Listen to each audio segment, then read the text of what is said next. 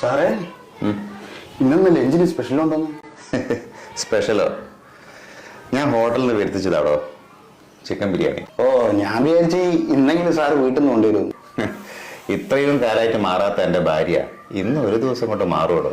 സാറിന്റെ അമ്മ ജീവിച്ചിരിപ്പുള്ള സമയത്ത് സാർ ഒരു ദിവസം പോലും പുറത്തുനിന്ന് ആഹാരം വാങ്ങി കഴിക്കുന്നത് ഞാൻ കണ്ടിട്ടില്ല. എല്ലാ ഭാര്യമാരും ഇപ്പൊ അമ്മയെ പോലെ ആകൂടോ. അമ്മ ഒരുപാട് ഇവിടെ ശരിയാക്കി എടുക്കാൻ ശ്രമിച്ചതാ. അന്നേരം അമ്മയെ മനസ്സിലാക്കാണ്ട് ഞാൻ എൻ്റെ ഭാര്യയെ അങ്ങ് സപ്പോർട്ട് ചെയ്തു. അല്ല, അതിനിപ്പോ ഞാൻ ഒരുപാട് അനുഭവിക്കുന്നുണ്ട്. പക്ഷെ സാറേ, എൻ്റെ ഭാര്യ എൻ്റെ അമ്മേനെ പോലെ തന്നെ.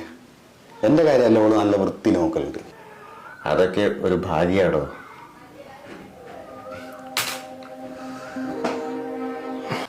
സുമേഷേ, സുമേഷ്, മോനെ സുമേഷേ, എണീക്കേ.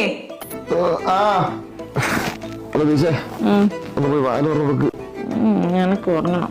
നിങ്ങൾ പോയി തുറക്ക.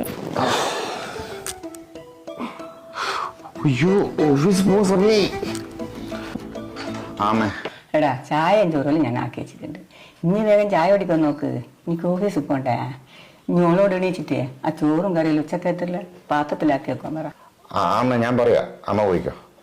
എടോ, പതിവ് പോലെ തന്നെ അമ്മ ചോറും കറിയെല്ലാം ഉണ്ടാക്കി വെച്ചിട്ടുണ്ട്. ഇനി ഉച്ചക്കേക്കുള്ള ചോറ് എനക്കൊന്ന് പാക്ക് ചെയ്ത് വെക്ക്. ഞാൻ അപ്പോഴത്തേക്ക് ഒന്ന് കുളിച്ചിട്ട് വരാം. എന്തെന്നാ സുമേഷ് ഏട്ടാ ഇത്? ഇത്ര എല്ലാം ചെയ്ത അമ്മക്ക് ഇനി അത് പാക്കും കൂടി ചെയ്തൂടെ? അതിനായിട്ട് ഞാൻ ഇപ്പൊ എണീക്കണം. എന്നാ പിന്നെ ഒരു കാര്യം ചെയ്യ്. അമ്മ ചോദിച്ചാലേ നീ PSC എക്സാമിന് പ്രിപ്പയർ ചെയ്യുന്നുണ്ട്, അവിടെ രാത്രി ഒരുപാട് ലേറ്റ് ആയിട്ട് ഉറങ്ങുന്നെന്ന് പറഞ്ഞാൽ മതി കേട്ടാ. അമ്മ വിശ്വസിച്ചോളും, പാവോ. എനിക്ക് വേണ്ടി എന്തെല്ലാം കള്ളത്തരാണ് ഞാൻ പറയേണ്ടത്. അമ്മേ, ഞാൻ അറിയുന്നേ. ആ പോലടാ, അവിടെ നിക്ക് ഒരു മിനിറ്റ്. എന്നോട് കുറെ കാലമായി ഞാൻ ഒരു കാര്യം പറയാമെന്ന് വിചാരിക്കുന്നത്. എന്തെന്നാ അമ്മേ? കല്യാണം കഴിഞ്ഞിട്ട് ഇത്രയും ദിവസമായി ഇന്റെ ഓളെന്താ ഇങ്ങനെ ഉച്ചവരെ ഉറങ്ങുന്നേ? ഇവിടുത്തെ കാര്യങ്ങളെല്ലാം ആരാടെ നോക്കുക? ഇവിടെ എന്തെല്ലാം പണിയുണ്ട്. ഞാനുള്ള കാലം വരെ ഇനി പേടിക്കണ്ട, എല്ലാ പണി ഞാൻ എടുത്തോളൂ. ഞാനില്ലാത്തൊരു കാലം വന്നാലേ ഇനി കുടുങ്ങേ. പറഞ്ഞില്ല എന്ന് വേണ്ട, ഞാൻ ഓളുമായിട്ട് സംസാരിക്കുമ്പോ എന്തെങ്കിലും ഒരു കശപിശായിട്ട് അടിയായി പോകും. അതുകൊണ്ടാണ് ഞാൻ ഇന്നോട് പറയുന്നത്, നീ ഓളെ രാവിലെ എണീച്ച് ശീലിപ്പിക്കണം.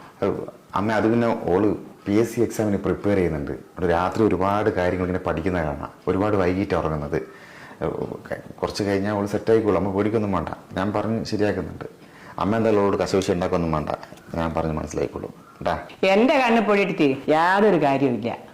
എനിക്ക് ആരോഗ്യമുള്ള കാലം വരെ ഞാൻ ഇവിടുത്തെ പണിയെല്ലാം ചെയ്യും.